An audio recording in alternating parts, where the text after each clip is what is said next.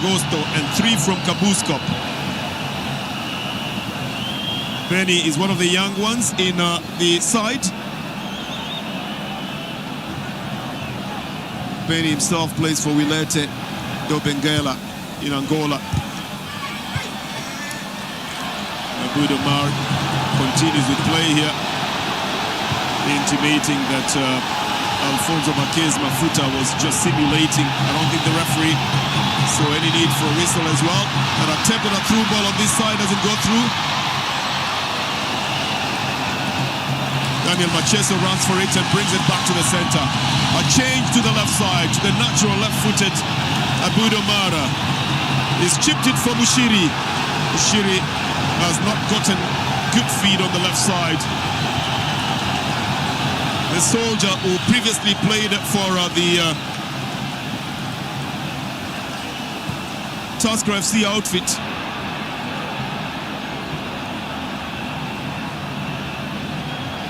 Misses out on picking up that loose ball.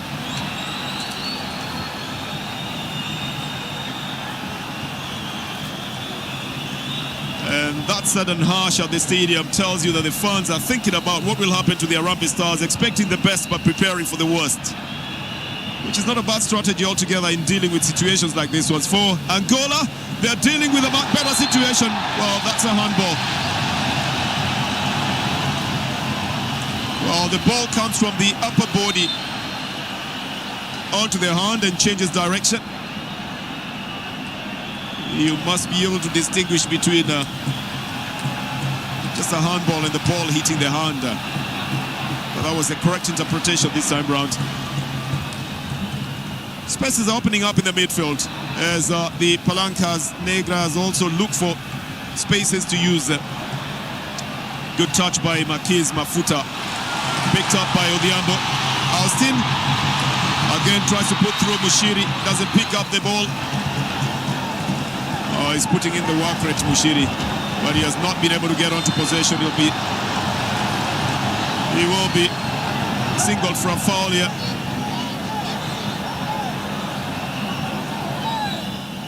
Quick darting runs. Mushiri has been out for international trials before when he was with Tusker. But he said he opted to take a job with the forces through football. 29% possession, 70 with the Angolan side. Tells you that they're still possessing, but with more speed than before. This is brought back into the center, trying to look for a shot. Well picked up by Baron Omondi.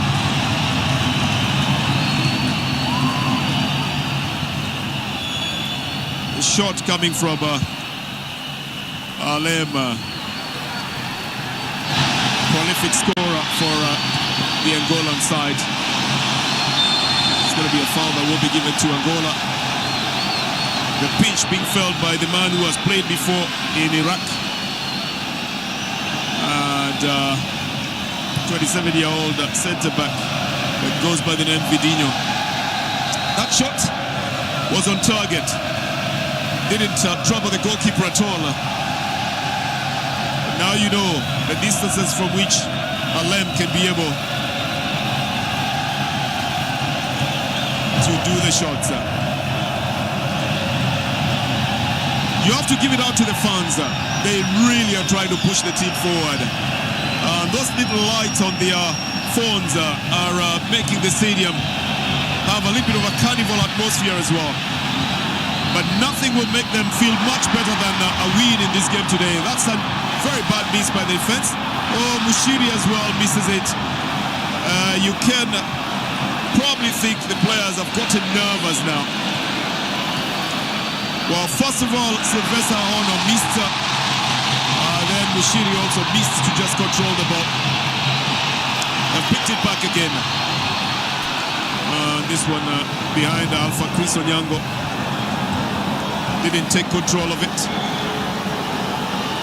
Alem brings it back to the center. Another hot shot. Comes off Joaquim Palencia, also known as Joe Cristovao. The man who previously played in South Africa and who scored the goal in the 7th minute of the game. He's the one attempting that shot from a distance. What a game! 38 minutes of play gone by. The scoreline is at 1-1 and one red card on the Kenyan side. So they're playing 10 men. But you know that a team is doing well if you don't notice that they're one man down. Some very good hard work put in and chipped into the midfield to Austin Odhiambo. Tries to get in a through ball. He wanted to put Daniel Bachesto through.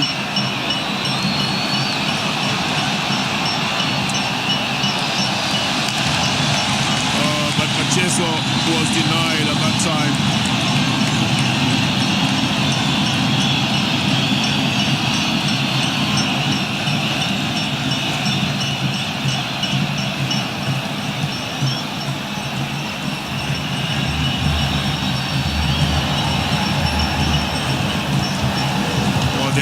They're beginning to have a little bit of situational awareness, especially in the midfield, making themselves more available for the ball, the Harambee Stars, and that's why they're wrestling a little bit of the ball percentage possession from the Angolan side. Little dummy here.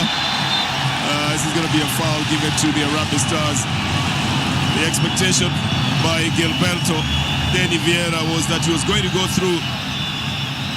Denny Vieira is on loan from Orlando Pirates and has had 13 caps for the Angola team, so he's a very experienced man.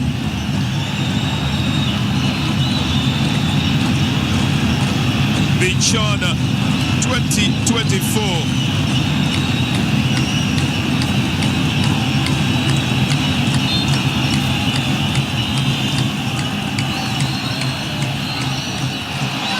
Is the 8th edition of the African Nations Championships that aims to give a chance to home-based players to showcase their talent and to market themselves as well to the world.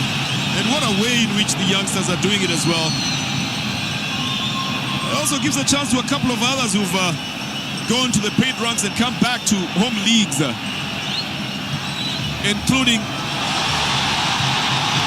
that defender who's just cleared the ball, Victor Nankavidinho, to also showcase what else he's got and put themselves in the market for transfers.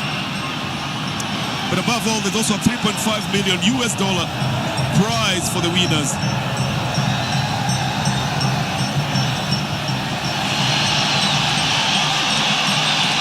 And a 75% increase in that. The runner-up getting $1.2 million rather.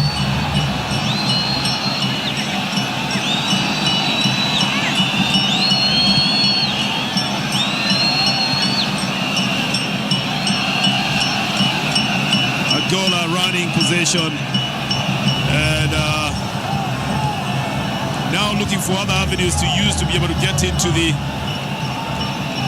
Harambee Stars box, because much of that has been cut out. Their best performance has been second, but they're still the best performing South African nation. Well, nothing given for that one. And again, it's a man who is on loan, Denny Vieira Gilberto, who was appealing in the box, didn't get anything out of it. They have to be cautious coming out and also have to try and hasten things up. The Harambee Stars in a difficult situation, not wanting to leave their back bare, but knowing that they have to go out to attack as a good form of defense. This is coming out to the right side to Sylvester Aono, and then trying to find Mushiri again. It's been difficult to get the ball to the winger on the left side, but tackling this one for a throw-in.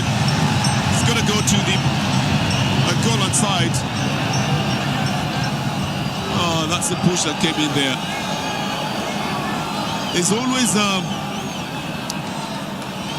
chance that there'll be a shoulder-to-shoulder kind of push heading towards the ball.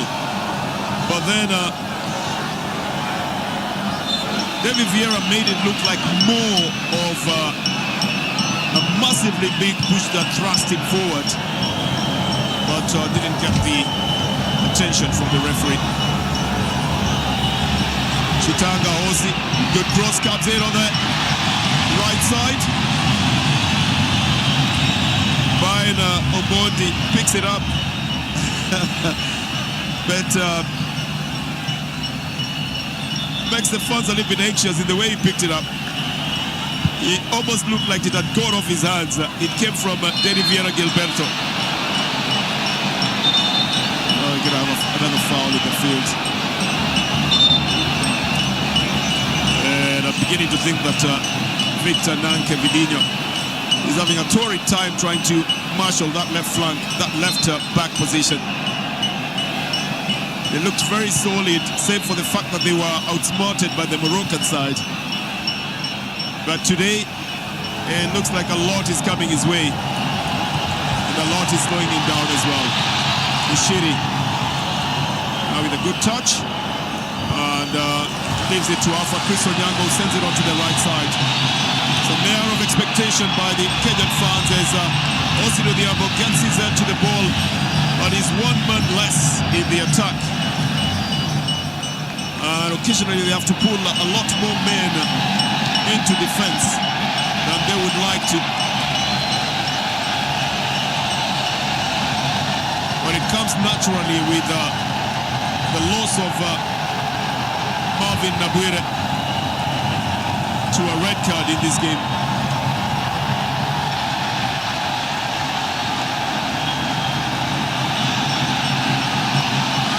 This will go off the field of play. You might be wondering why there's a roar in the stadium. It's because the fans have mooted a Mexican wave that is going all around here. That's what they are enjoying. It just passed behind us in the commentary booth.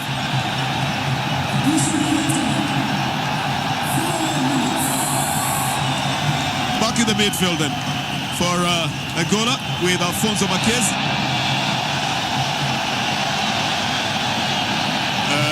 Vidinho brings it to the right to Eddie Afonso.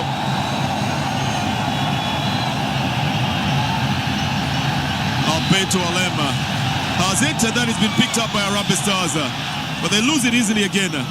Chitanga Hosi is outsmarted by Abud Omar. Mushiri ultimately tackles and gets possession. A quick ball by Mushiri. Goes to Osino Diambo. The second touch lets him down. After there was an air of expectation that came from the fans at the stadium.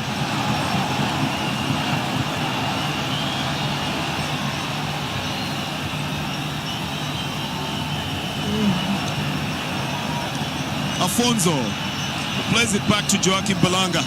Likes to go by the name Kinito. Well, you know by now that the Angola names will have probably 4 different names in them, so they opt to go for shorter names, much like the Brazilians do as well.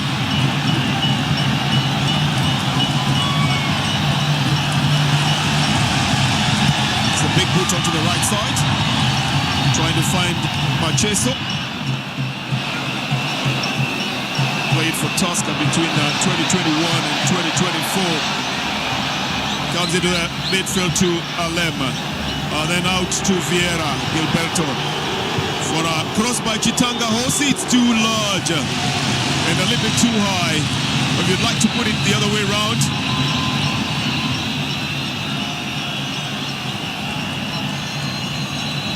Palencia just didn't attempt to go for it. I told you earlier on that I do think that Vidinho is having a little bit of a difficult time marshalling that left side. Lets the ball go out of play. This one had a very good first touch from Osino Diambo, and he thought he would put himself through from the ball that came from the soldier Boniface Mushiri, but it didn't work out the way it was anticipated. And he lost possession of it. The scoreline is still 1-1. We are playing 4 minutes of added time and 2 already gone by. As the two sides cancel themselves out in Group A. That is being led by Morocco, who scored 2 goals against Angola in the opening match at the Nyayo National Stadium.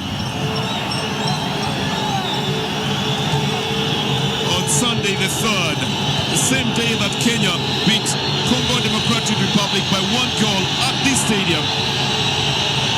And are playing their second matches. For Harambee Stars, it's a chance to go top again if they win it, and for Angola is to try and tie the scores and get their opening points in this game as well. This ball, I think, it's a foul that has been called out on Gilberto David Vieira. Oh, the league winner has 13 caps to his credit.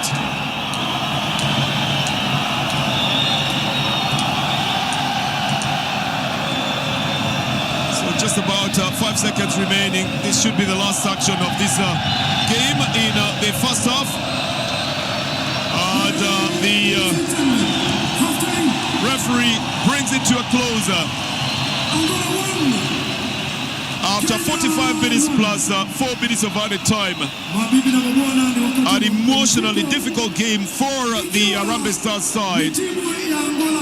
And a game in which Angola have gone physical and tactical and technical as well. Angola won and Kenya won with Christopher in the 7th minute and Odhiambo with a penalty in the 12th minute to level the scores. Joe Palencia is the scorer of the Angola goal in good fashion as well from the Moi International Sports Center in Kasarani. A beautiful sight for beautiful football in the African Nations Championships. Kenya, Uganda, Tanzania under the moniker Pamoja, which basically means togetherness or unity of the East African nations. 3 countries, 4 cities, 5 venues, and 19 teams chasing $3.5 million. Representing 200,000 music.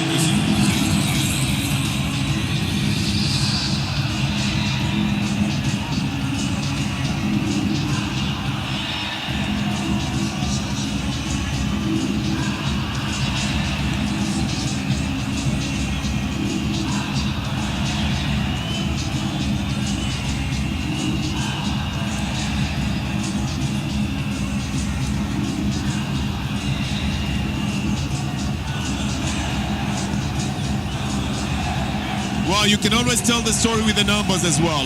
And true to what was expected, the possession has belonged to Angola. 66% this time round. And Kenya with only 33%. But Kenya has done better in terms of goals with those statistics. 11 shots on target, or rather 11 shots in total for Angola. Only 2 on target. Harambee Stars' only shot was on target for the goal as well. And that will start the discussion on whether it's only important to get the goal or also have the statistics that count towards a game, like possession and shots on goal and total shots as well. But at the moment, the negative statistic for the Kenyan side is the red card that has sent Marvin Omondi Nabwire to the dressing room.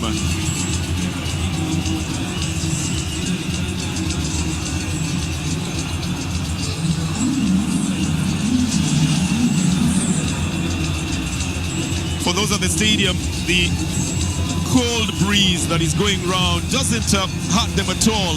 They've kept themselves warmer, of course, with the colors that have covered them.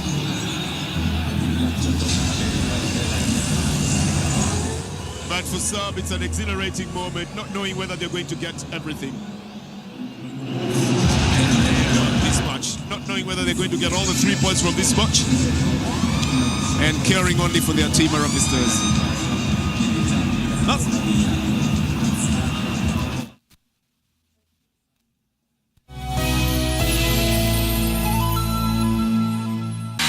Je, unataka kumiliki nyumba?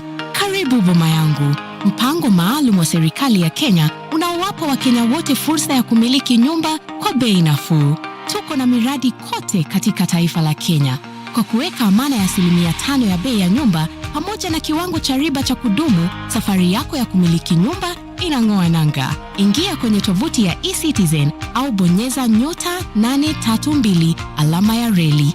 Jisajili kwa kulipa shilingi 200 pekee, kisha uanze kuwekeza kupitia malipo ya simu au kadi za benki ili kutimiza kiwango cha amana kinachohitajika. Kwenye orodha ya miradi, chagua eneo linalokupendeza, jaza fomu ya maombi, kisha uchague makao yako. Mgao utakapofanywa, utafahamishwa. Bei zinaanzia 1640. Tembelea tovuti ya www.bomayangu.go.ke. Imeletwa kwako na Bodi ya Nyumba za Bei Nafuu. Makao bora, jukumu letu.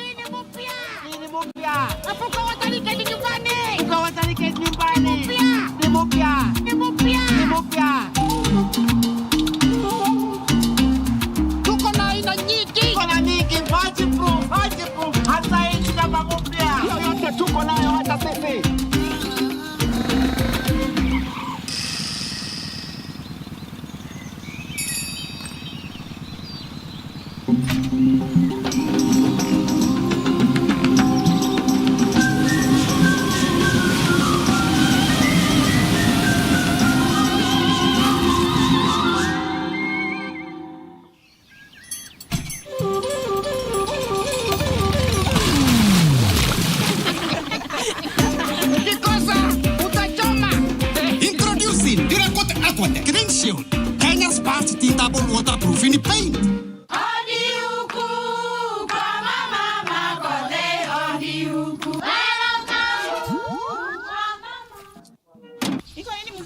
Si niliwaambia? Halo, niletee kama kawaida. Kama sio Kavagara, wacha kiumane.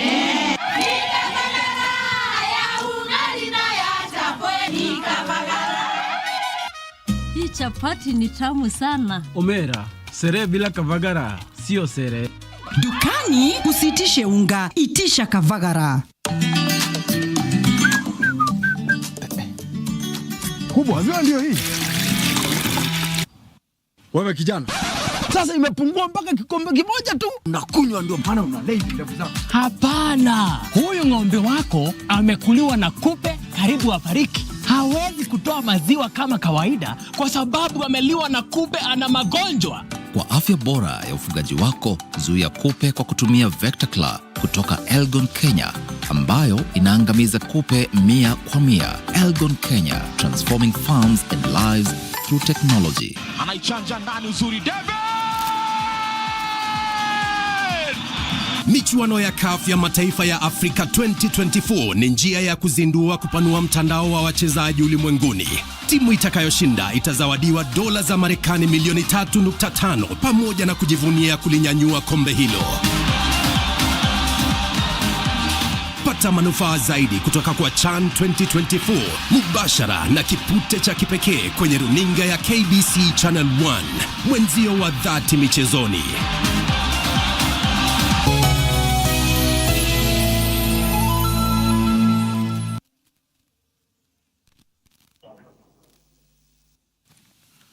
It is even Stevens at Moi Kasarani Stadium with Kenya battling Angola 1-1 at halftime. Angola taking the lead early in the match, and of course Kenya coming back with a penalty from Austin Odhiambo equalizing for Harambee Stars. Coach Mluya and of course Francis Mutegi are here with me to understand the first half and how it went and how should Kenya plan out their game in the second half. Mluya, for the first half, I mean Angola came out guns blazing and duly found their way in the 7th minute.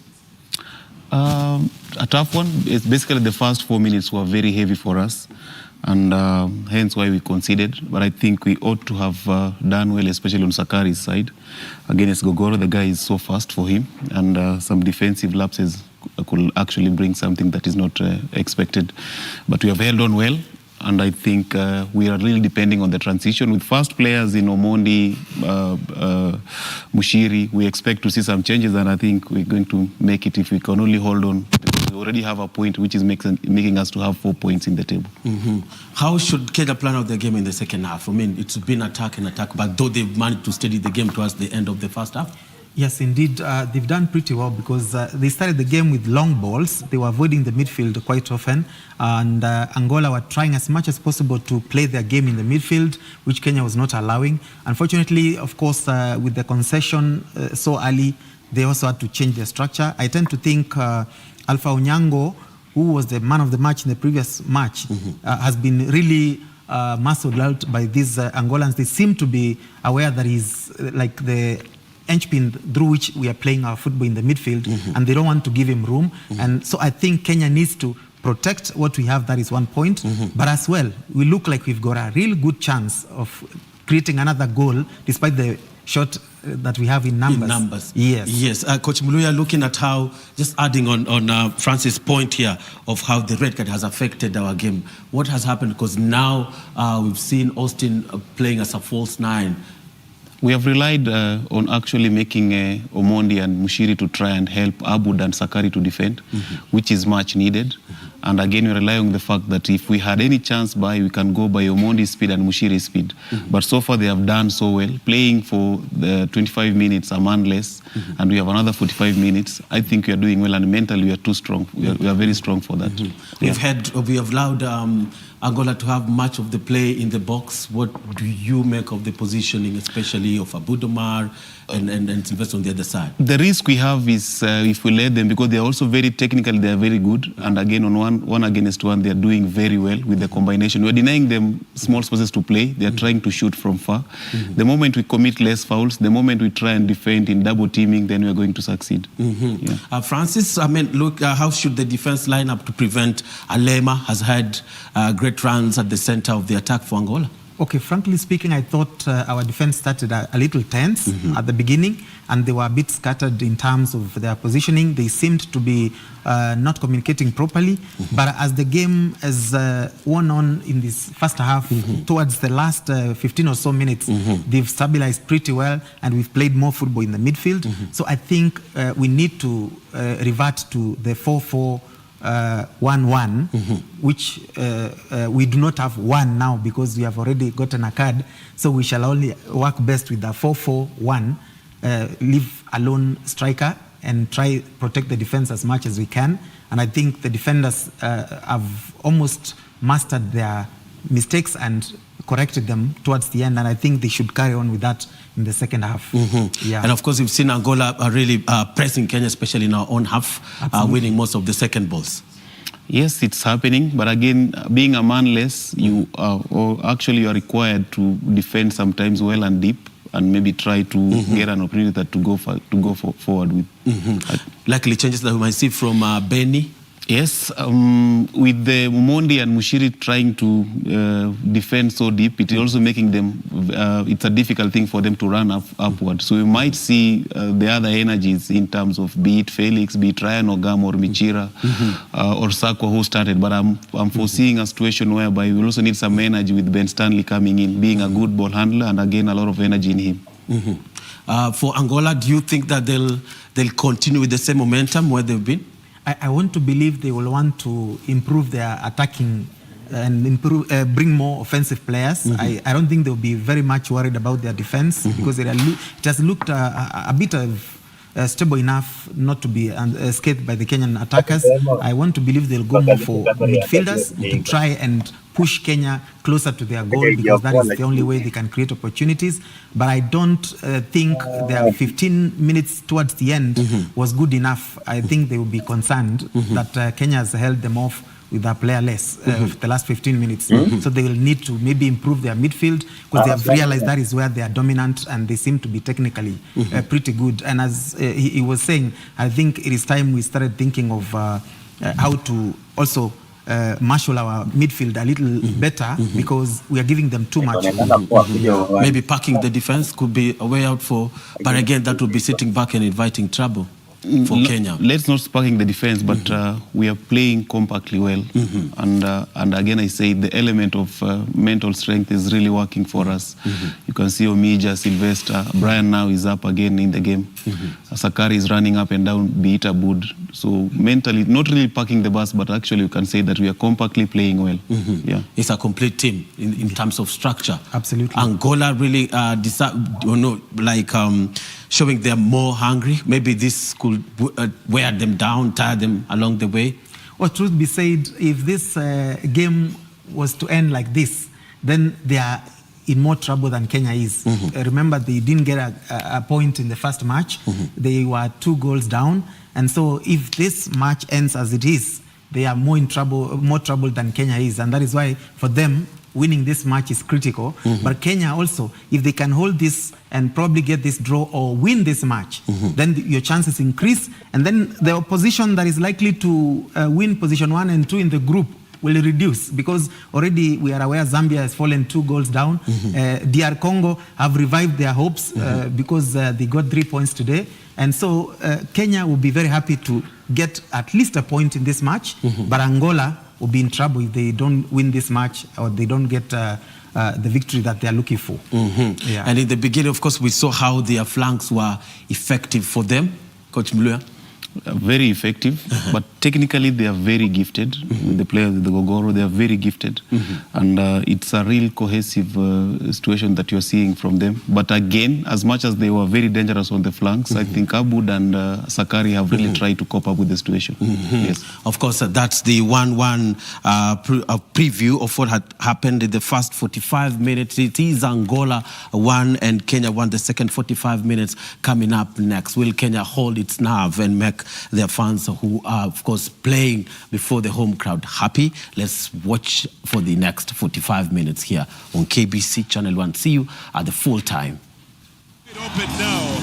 Never mind the dancing and the singing. It's got very nervous as well because of the reports that the DRC has beaten Zambia by 2-0, thereby picking up 3 points and marching Morocco's 2-0 win over Angola.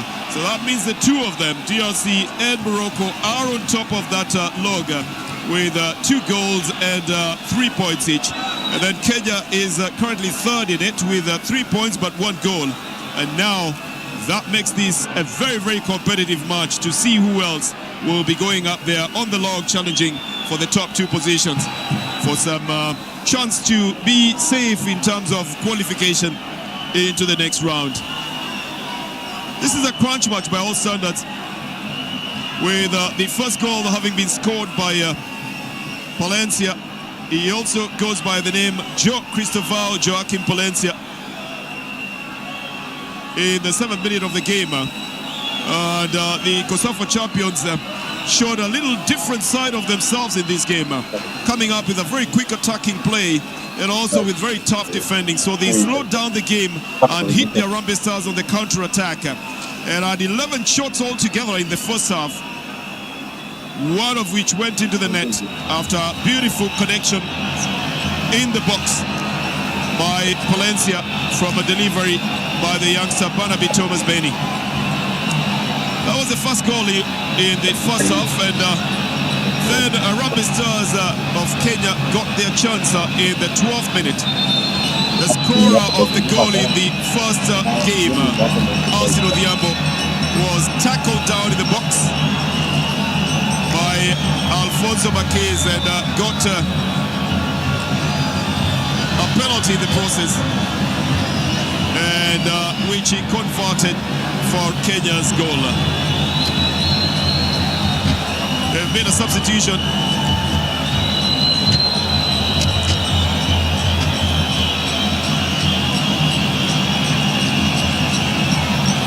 And brought in Anderson Cruz, the Angolan side. And the Harambee Stars are bringing in a defender, Mike Kipwage. Jersey, number 11, Mushiri. Man who plays for Tusker FC. They've sacrificed the winger, Boniface Mushiri, for that.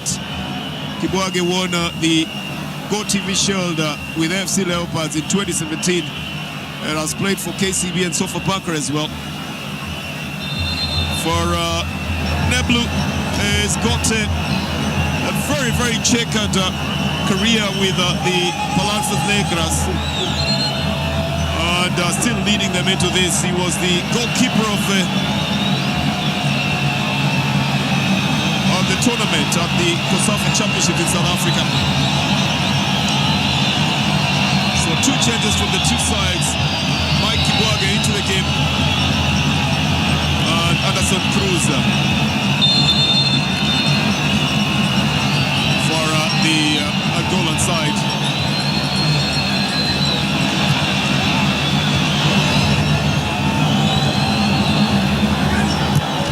We're back into the game now. as the man who's just come into play gets his first touch of the ball. Anderson Cruz has been linked to a move to Kaiser Chiefs. And is on loan currently to Petro Atletico. So this will be a very good chance for him to know whether or not he's going to be solidly given a chance there. Headed out by Alfonso Mija, but it gets back to the right side of the attack for the Angola side. Into the midfield now with Alfonso Marquez Mafuta trying to get it in. Bang comes out of his way. Quick clearance comes off the defender. A bit of a lack of communication there between the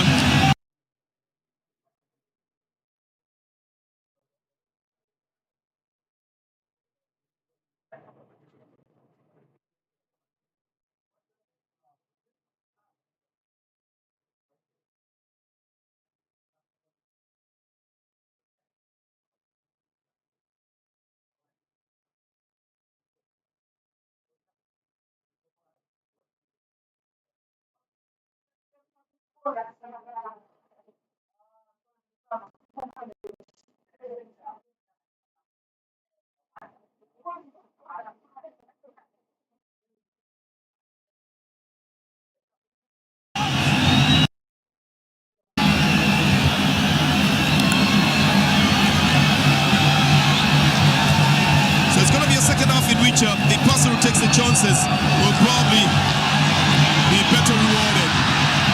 The person who blinks first will be penalized. And I have to remind you that Kenya's Harambee Stars are playing one man less. It may not be noticeable, but Marvin Omondi Nabwira was red carded in the first half of the game, which left them having to make a technical change, benching Mushiri in the second half and bringing in a defender.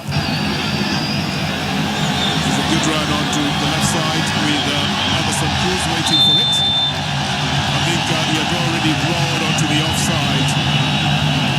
And yes, sometimes it can be a little bit deceptive, but you have to remember that the moment he touches the ball, that's when he's interfering with it.